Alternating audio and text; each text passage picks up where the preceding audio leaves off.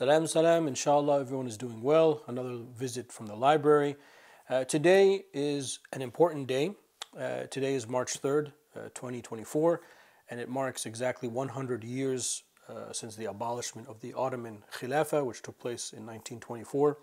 And it reminded me of an important book that I'm about to share with you that talks a little bit about that. But the event is important for a couple of reasons. Number one, it is an unparalleled event in Islamic history. We've never really had a period of time. We've had interruption of different type of Islamic governance, especially with the Mongol invasion of large parts of the Muslim world, the sacking of Baghdad, etc.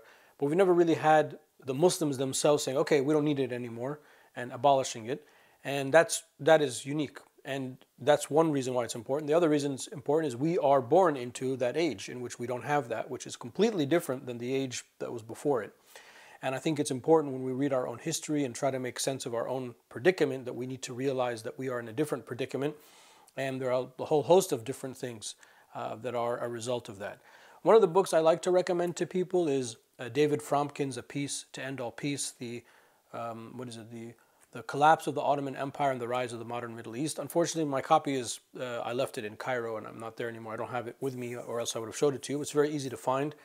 Now, when I recommend that book, by the way, I understand that he's biased and I understand that he has a lot of not nice things to say about Islam and Muslims. But that doesn't mean that the book isn't good. It's full of resources and references, and it kind of shows you the preceding events, the rise of World War I, of course, the subsequent defeat of the Ottoman Empire, and then the collapse of the Khilafah. That's important background information. However, today's event, was debating, doing a series about this, doing a class, and because Ramadan is around the corner, I was like, okay, I think maybe a little visit from the library video is enough to share with you this book, Longing for the Lost Caliphate, by none other than Muna Hassan. Yes, she's Egyptian, and yes, she went to Princeton, but she's a phenomenal scholar. Actually, on a personal level, she's somebody that I personally look up to in my scholarly pursuits. She's an exquisite scholar, and this is an amazing book. This stemmed from her PhD dissertation at Princeton. I remember when I was a graduate student, she was gracious enough to send me the PDF of her dissertation, so I had like an advance kind of glimpse at this. But this book, I really don't recommend academic books, but this is really an exception. So what Dr. Hassan or Dr. Muna does in this book is she goes through comparing the two events, the sacking of Baghdad and the collapse of the Abbasid Caliphate, or the interruption, let's say, of the Abbasid Caliphate, because the Khalifa was assassinated in the streets, and then they had to flee, and then they went to Egypt, where it was reconstituted. So there was like a 6, 7, 8 year gap, and then she compares that with what happened in the 1920s with the collapse of the Ottoman Khilafah. So first of all, from the point of view of a scholarship point of view, it's really nice to see the comparison and the contrasting between the two events. What I'm more interested in is in the second part, the story of the collapse of the Ottoman Khilafah, and she does an unbelievably fantastic job of by the way, she doesn't know I'm doing this video, so this is just genuinely my excitement. She does a fantastic job of talking about the great writings that took place in the early 20th century that talk about Islamic statecraft. So because she's well versed in Ottoman Turkish, she has a lot of Ottoman sources, which I wouldn't have been able to access. And then she talks about the Khilafah Conference, which is a very interesting event. There were many Khilafah Conference attempts, Indonesia, India, and subsequently there was some in Jerusalem. There's a book that's been recently published about that in Arabic, and then in Egypt. And of course, the Khilafah Conference are a big, monstrous disaster because everyone wants to be the Khalifa, so it doesn't work out. Obviously, no one can agree. But the reason that the Khilafah Conference is important is that, number one, Dr. Hassan, and I spoke to her about this on the phone, she amassed a lot of the original documents, the original magazines and journals in the 1920s that talked about the conference that are almost I think at one point she said she's the only person that she knows of that has one whole kind of set of these original documents. So that's amazing because even in Egypt it would be very hard for me to gather a lot of these documents.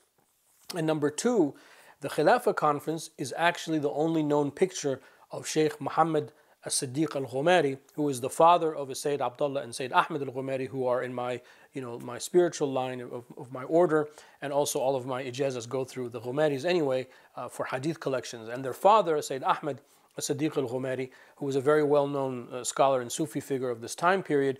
This was one of the few, he was sort of in a self-imposed exile in his Zawiya in Tangiers. He was invited to the conference. I'm not sure exactly why he was invited, but he was invited and he agreed to go. And there's a picture of the first meeting of the conference, and you see him sitting there. It's the only known picture of the Sayyid Muhammad. So reading the book, reading Dr. Hassan's book got me, searching some of the things. And actually, I've done my best to collect, like she talks about Mustafa Sabri, the last Sheikh al-Islam of the Ottoman Empire, a personal favorite scholar of mine.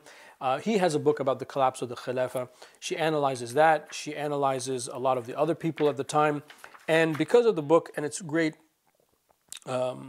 resources, I actually was able to track down many of the books themselves, and some of them I had to print out because they're out of print.